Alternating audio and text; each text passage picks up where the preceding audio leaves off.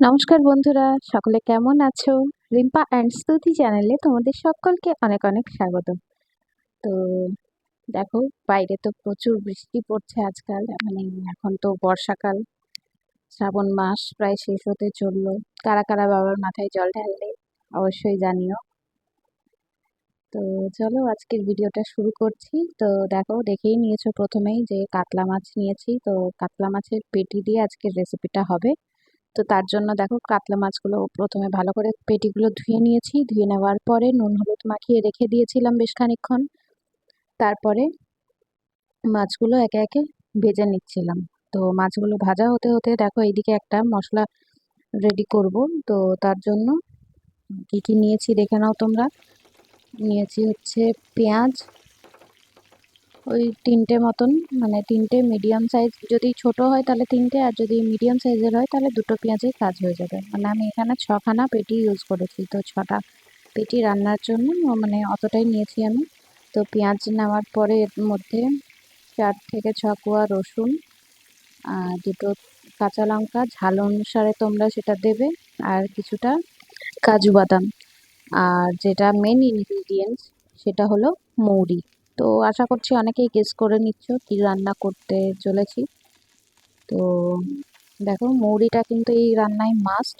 তো আজকে রান্না করেছিলাম কাতলা মাছের মৌরি পেটি, রেসিপিটার নাম।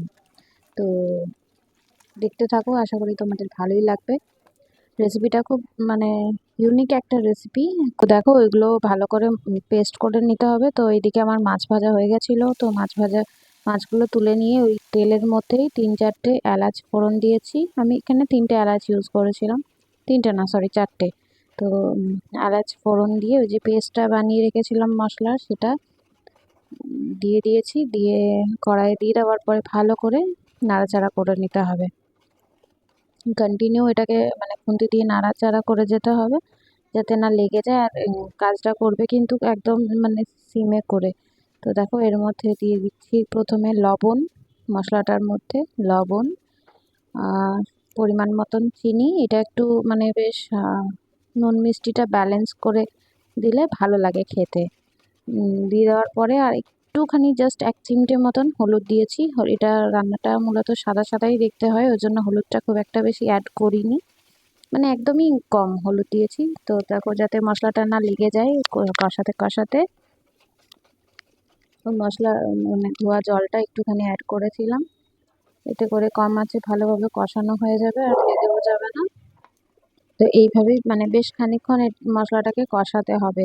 এই রান্নায় কিন্তু দেখো, কোনো রকমের মানে বেশি মশলা কিন্তু ইউজ হয়নি। বেসিক মশলা যেগুলো আমরা ইউজ করি রান্নাতে, যেমন ধনে বলো, জিরে বলো, এগুলো কিন্তু কোনোটাই ইউজ হবে না।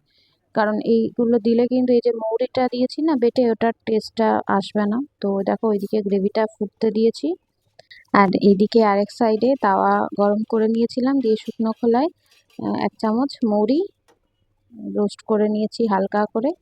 যখনই একটা মৌরিটার থেকে সুন্দর একটা মিষ্টি গন্ধ আসবে, তখন ওটাকে নামিয়ে নিতে হবে। দিয়ে নামিয়ে নেওয়ার পরে হালকা গুঁড়ো করে নিতে হবে। তো গুঁড়ো করে নেওয়ার পরে ওটা লাস্টে কাজে লাগবে। তো গুঁড়ো করে নিয়েছিলাম। গুঁড়ো করে নেওয়ার পরে এইদিকে দেখো, যখনই ঝোলটা একটু ফুটে গেছে, এটা খুব বেশি গাঢ় ঝোলও হবে না, আবার খুব মাখা মাখাও আমি রাখিনি।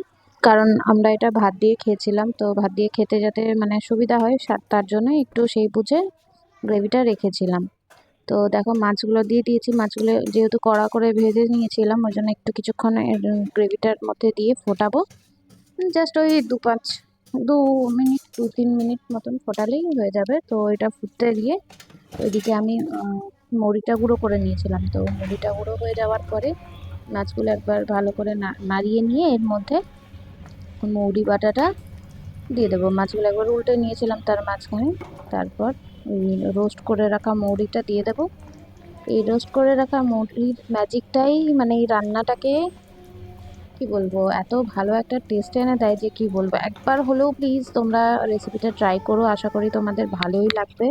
তো আমার কাজ তোমাদের কেমন লাগছে অবশ্যই কমেন্ট করে জানিও। আমার ভিডিও যদি তোমাদের ভালো লেগে থাকে তো প্লিজ আমার চ্যানেলটিকে সাবস্ক্রাইব করে রেখো।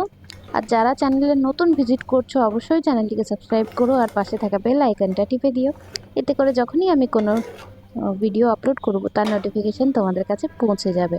তো আমার রান্না এখানে কমপ্লিট, তাই আজকে আসছি, আবার দেখা হবে অন্য কোনো ভিডিওতে। ততক্ষণ সবাই খুব ভালো থেকো, টাটা।